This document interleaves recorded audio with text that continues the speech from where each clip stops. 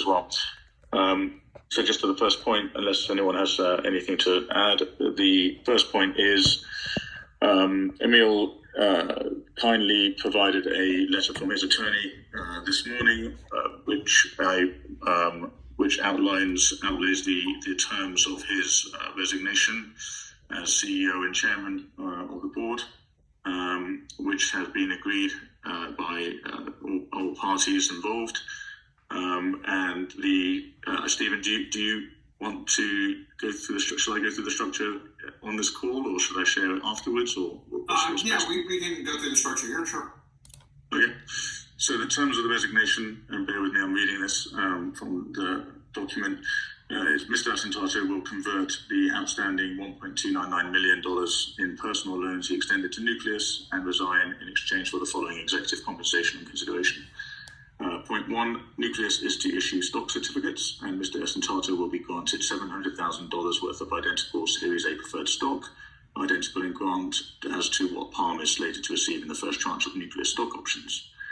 Point 2, Nucleus will issue a short-term promissory note to Mr. Asentato in the amount of $300,000 with a maturity period of 90 days, with payments to be made as follows: $25,000 due end of August, $25,000 due end of September, and $250,000 due end of October the 22nd as it is.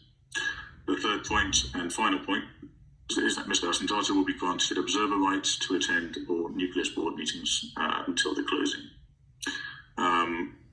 The resignation of Mr. Asentato is contingent on acceptance of these terms and will come into effect upon acceptance. I have agreed and accepted on behalf of Nucleus, and I put it forward to the board to vote and agree on these terms to settle that loan structure and resignation with Mr. Asentato. So I will put forward the motion to accept the terms of resignation. Anyone like to second? Yeah, I'm good with that, Jamie. Thank you, Dan. And we vote if everyone could like to vote. It's okay by me, okay. Thank you, Reuven. Appreciate that. Fine by me. Thank you, Brian. Thank you, Nick. I believe that is everyone who was actually present has voted in favour. So thank you, Emil, for arranging all that and agreeing all the terms with us. It was very much appreciated, and look forward to having you on all the board meetings as an observer going forward until the closing. In terms of the next matter on the agenda, it was the Palm update. Stephen, do we need to once again vote for the new CEO, incoming CEO, or was that already covered from the last? Yeah, I guess we can just confirm it again here, just to make everything. Let's reconfirm it here. Okay, would you like to? I mean, someone else might need to do that because I'm the incoming CEO.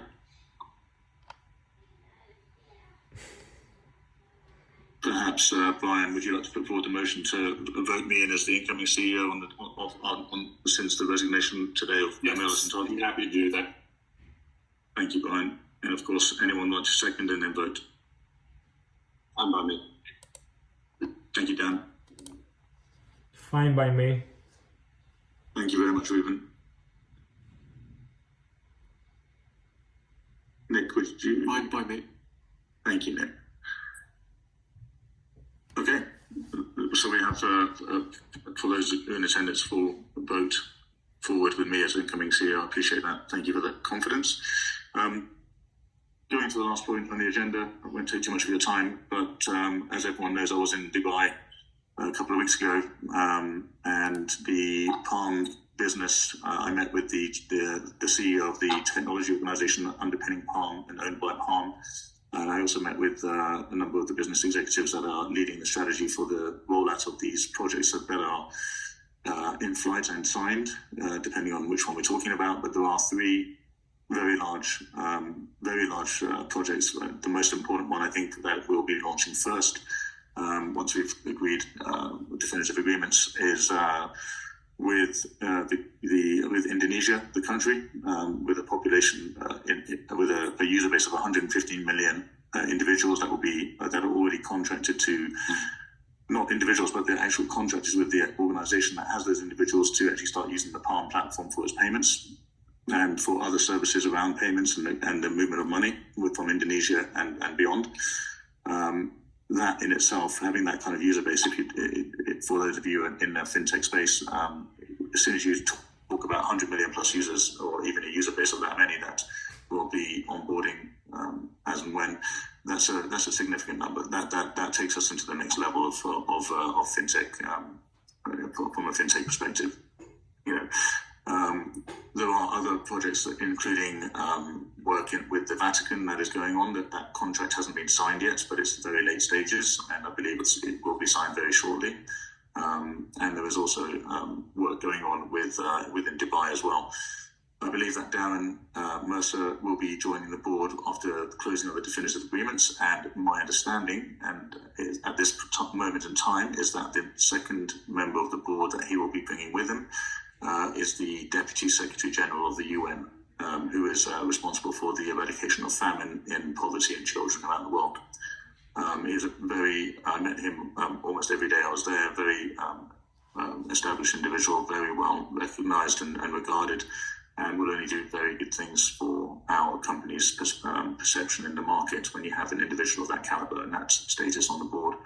No offense to everyone on the board already, but of course you're all absolutely superstars, but when we're talking about moving this into hundreds of millions of users on the technology, and we have those kind of individuals on the board representing countries and if not continents, then it's a very strong may We have got two or three other potential board members lined up, which may or may not occur over the next period of time, but we have to agree with that with Darren and the business and who is coming on and when it's beneficial to the company and the shareholders.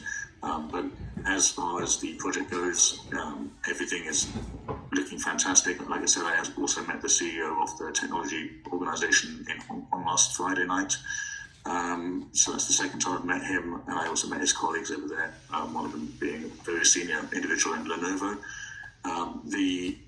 The general sort of view on this is that it's a very impressive organization with a very impressive network, and I believe with the technology that's been built by those that delivered the WePay solution within WeChat, it's very exciting going forward. In terms of the actual process itself, we are expecting definitive agreements. There's a bundle that are coming from Morgan Lewis. The individual there is Mark Stein. He should be providing them to us, I believe, this week, in which case we can share those with the board and we can actually go through the details and understand how we can get to signing definitive agreements as soon as possible. And the reason I say that is because on the back of all of these conversations in Dubai and the individuals in the network that were there is already lined up, and I don't like to overpromise, but the numbers that were promised to me was in the region of $300 million a month of turnover and flow through Digital RFQ itself, which is the reason why I think it sits very well within this organization at the moment. Of course, that we've heard big numbers before, so even if we took the first opportunity, which is a regulated FX business through their network, we believe that that's going to at least add $100 million a month of revenue. And for context, at the moment, in its peak, DRFQ was doing, I think about 300 million per month in its peak before the banking crisis in America. And in current recent months, while we got the banking platforms back up and running, it's ranging around 50 to 60 million a month. So it is a significant step change in the existing operation within DRFQ, which is actually only going to be beneficial to shareholders even whilst we're going through the closing process of the Palm business. So trying not to give any future forecasts or predictions, but as far as I can see and what I've seen firsthand in the people I've met and the contracts I've seen, this is looking very promising to be one of the big unicorns, as I would describe it, on NASDAQ. That was the update for Palm. If there's any other business, please let me know. Jamie, do you mind me asking you a question? This is Emil. Sure. Is the gentleman from the UN currently with the UN, or is he past with the UN? He's currently with the UN. Okay. So we will have a UN member on our board, likely in the next week or so, or however long it takes to finalise the definitives and sign them.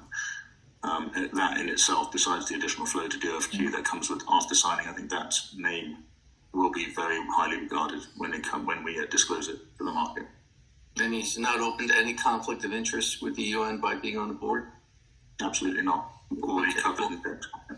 Okay. In fact, what we're doing actually supports the UN's initiatives through his work anyway. So it's actually very symbiotic. Okay. Thank you, Jim. Thanks for that clarity. Thanks, sir. Any other questions or anything? Any other matters arising that we'd like to discuss at this board? Otherwise, I could let you all get on with your valuable time. Wonderful. Thank you all for your time. As always, I believe the next board meeting will probably be one to review the definitive agreements in a timing to be confirmed, but I will, of course, send out due notice, and I promise it will not be on a Saturday. Okay. Thank you very much, everybody. I really appreciate your time. Bye bye. Thank you. The meeting is closed. Thank you. Goodbye.